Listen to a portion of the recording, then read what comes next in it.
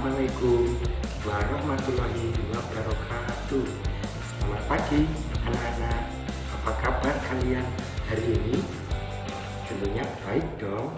Nah, pada kesempatan kali ini Pak Guru ingin mengajarkan tema 8 dengan judul tema keselamatan di rumah dan di perjalanan. Nah, perlu kalian ketahui pada tema 8 ini akan kita mulai dari subtema 1 dengan judul apa ayo? Nah, judul subtema 1 kali ini adalah keselamatan di rumah. Oke, sudah siap? Yuk kita ikuti pelajaran kali ini.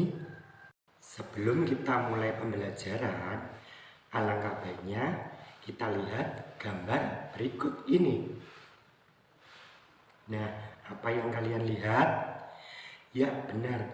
Di situ adalah kegiatan Udin bersama ibu dan kakaknya, yaitu memasak. Udin membantu memasak dengan mengupas jagung menggunakan tangan, sedangkan ibu dan kakak Udin mengupas jagung menggunakan pisau. Karena apa? Udin belum terbiasa menggunakan pisau. Pisau adalah benda tajam anak-anak. Nah, maka dari itu kalian harus berhati-hati ketika menggunakan pisau. Gambar berikutnya adalah ketika Udin hendak bepergian, dia tidak lupa mengunci pintu rumahnya. Nah, kenapa Udin melakukan hal itu? Ayo, ada yang tahu? Nah, benar sekali, agar rumah Udin itu ketika ditinggalkan dalam keadaan aman, karena semua jendela dan pintu dikunci. Nah, oleh sebab itu kalian juga harus begitu ya, mencontoh sikap Udin sebelum bepergian. Semua jendela dan pintu rumah dikunci terlebih dahulu. Gambar selanjutnya adalah, nah, gambar ini menunjukkan ketika Udin bepergian menggunakan kendaraan, dia tidak lupa mengenakan sabuk pengaman. Karena Udin adalah anak yang peduli dengan keselamatan dirinya. Nah, oleh sebab itu, kalian ketika hendak bepergian, jika ada sabuk pengaman, maka gunakanlah dengan benar, karena itu untuk keselamatan diri kita. Gambar selanjutnya adalah, bisa kalian lihat di situ, nampak bahwa Udin sedang menyeberang jalan menggunakan zebra cross. Zebra cross gunanya adalah untuk para pejalan kaki menyeberang jalan.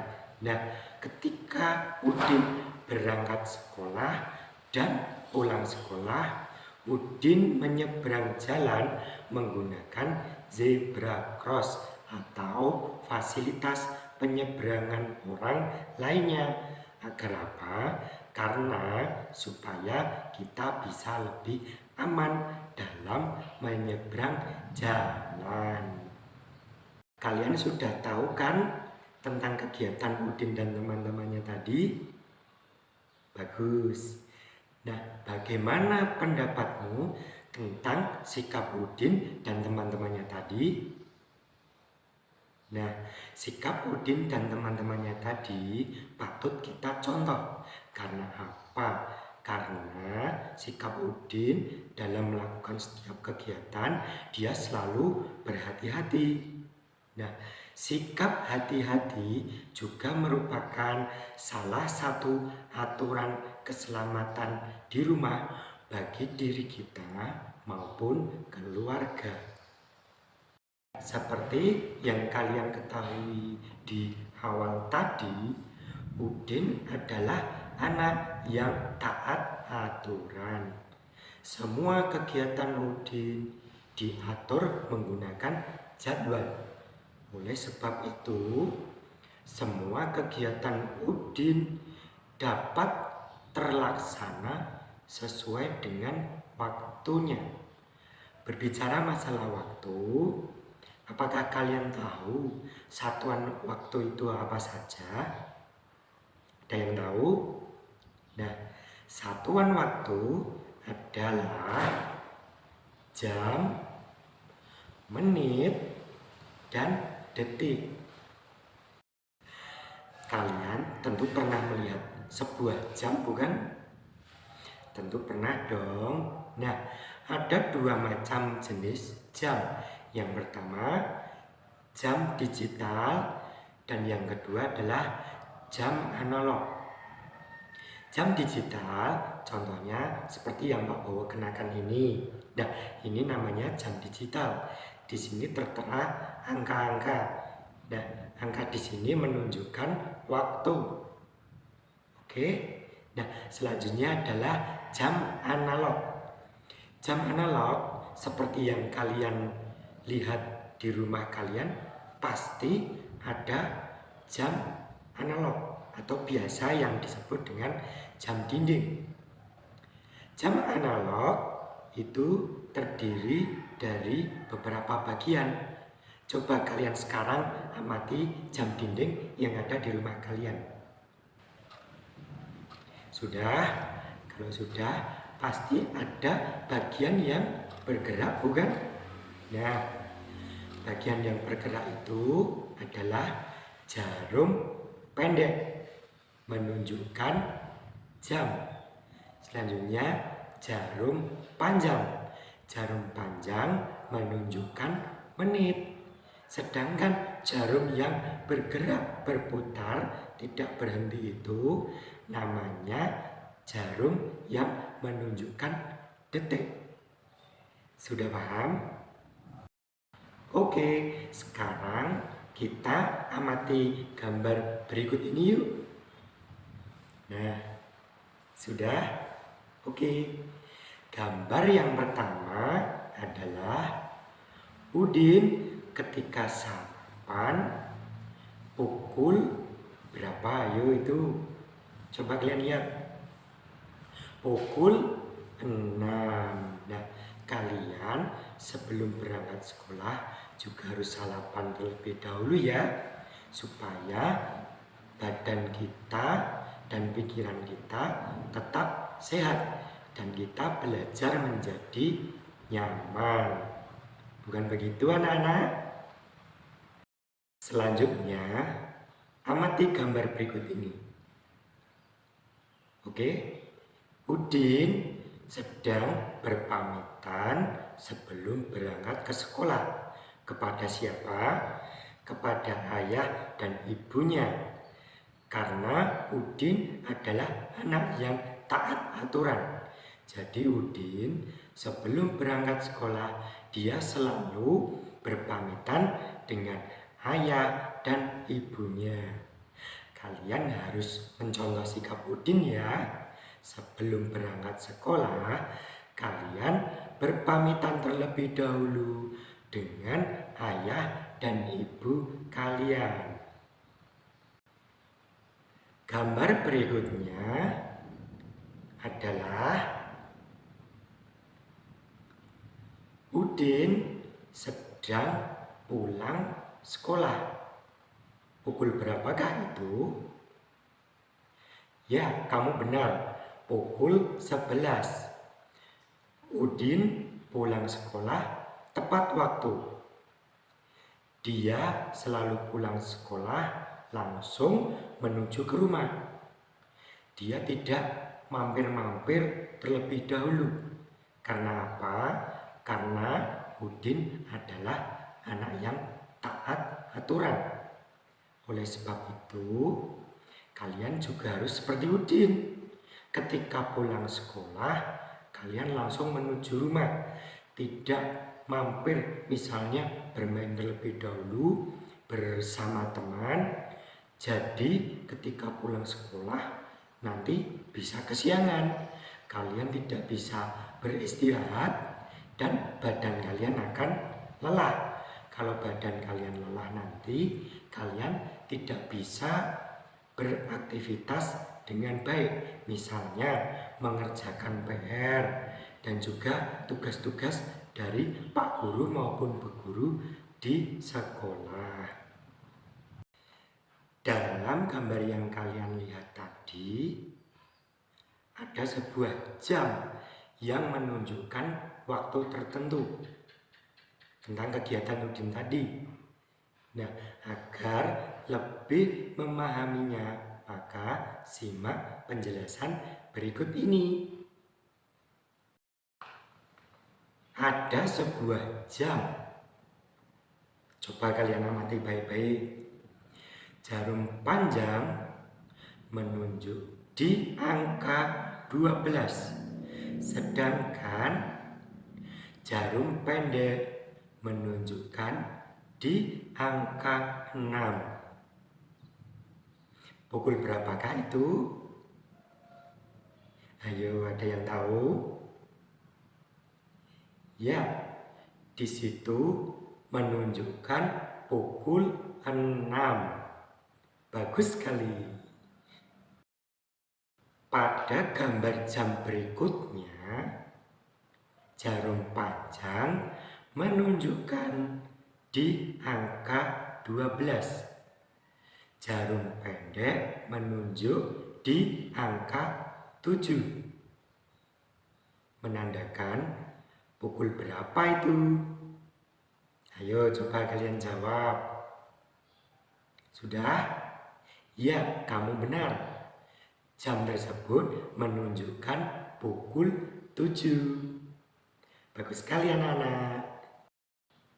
Pada gambar jam yang terakhir ini, jarum panjang menunjuk di angka 12 dan jarum pendek menunjuk di angka 11.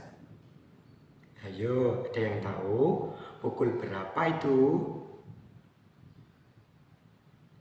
Ya, kalian benar.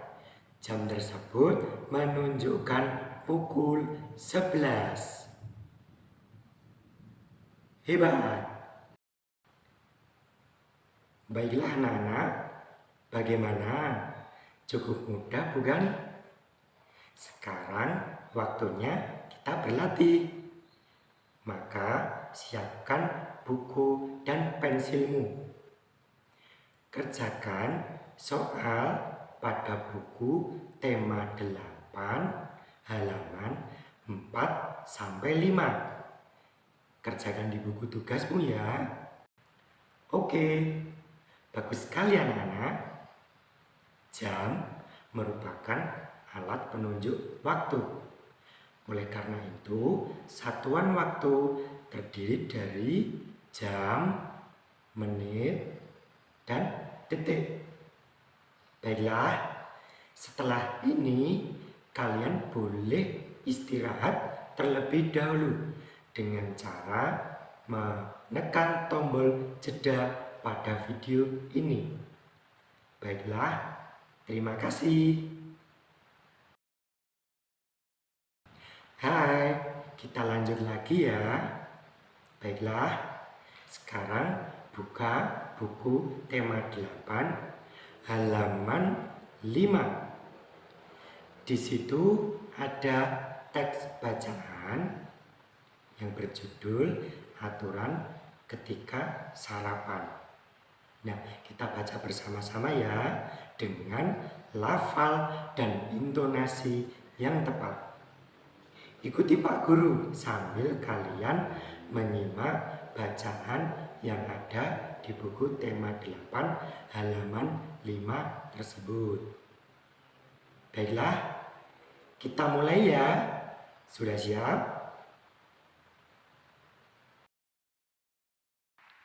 Aturan ketika sarapan pagi.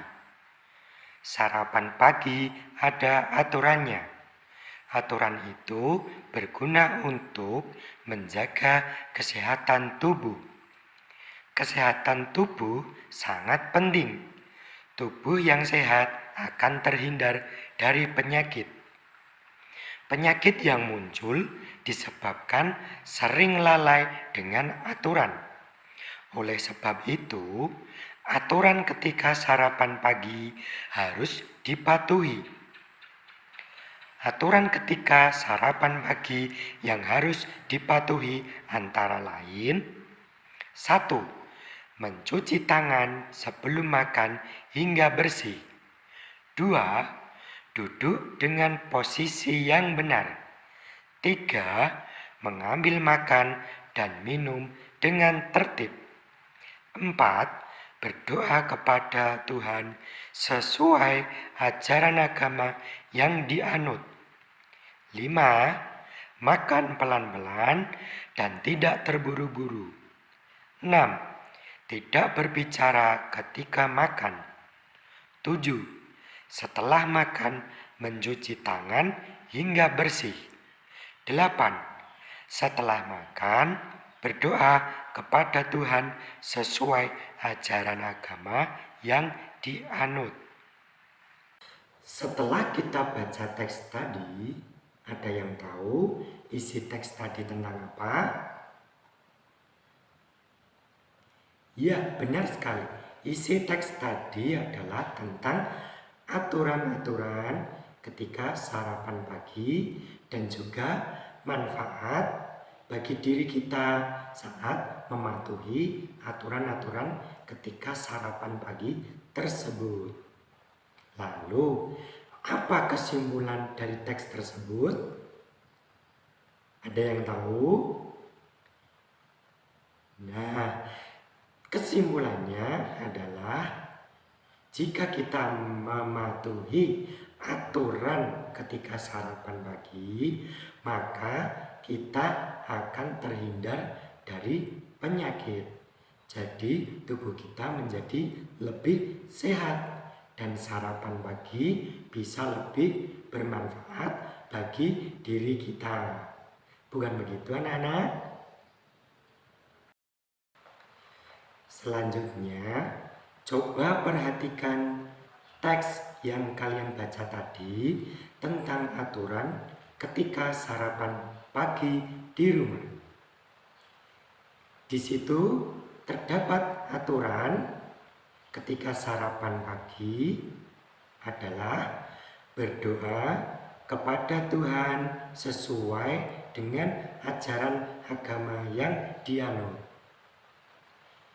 Perlu kalian ketahui dan perlu kalian perhatikan juga, setiap kata Tuhan itu pasti diawali dengan huruf besar. Kata lainnya adalah, ya kamu benar, kata lainnya adalah huruf kapital. Coba kalian perhatikan baik-baik. Baiklah, sekarang coba simak baik-baik kalimat berikut ini. Yang pertama adalah berdoa kepada Tuhan sesuai ajaran agama yang dianut. Yang kedua adalah setelah selesai makan, berdoa kepada Tuhan sesuai ajaran agama yang dianut. Huruf kapital juga digunakan sebagai huruf awal kata ganti Tuhan. Kata ganti Tuhan adalah 1. Yang Maha Esa. 2. Yang Maha Penyayang. 3. Yang Maha Besar. 4. Yang Maha Pengasih, dan lain-lain. Sekarang ayo menulis. Coba kalian buat 5 kalimat menggunakan kata ganti Tuhan berikut ini. Kerjakan di buku tugasmu ya. Semangat! Sekarang coba perhatikan. Apakah kalian ingat teks yang kita baca tadi tentang aturan saat sarapan pagi. Di situ salah satunya memuat tentang berdoa terlebih dahulu sebelum sarapan ya kepada Tuhan sesuai dengan ajaran agama masing-masing. Berdoa kepada Tuhan merupakan wujud rasa syukur kita kepada Tuhan yang Maha Esa atas limpahan rizkinya kepada kita dalam bentuk makanan. Nah, oleh sebab itu tidak hanya sarapan pagi saja anak-anak, sebelum makan dimanapun itu sempatkanlah untuk berdoa terlebih dahulu, karena berdoa merupakan wujud kita sebagai manusia rasa syukur kepada Tuhan yang Maha Esa. Bersyukur kepada Tuhan tidak hanya diungkapkan melalui berdoa, namun bisa kita ungkapkan dengan menyanyikan sebuah lagu ciptaan H.T. Mahmud yang berjudul Terima Kasih Ya Tuhan. Sebelum kita lanjutkan, perlu kalian ketahui tekanan kuat dan tekanan lemah pada lagu.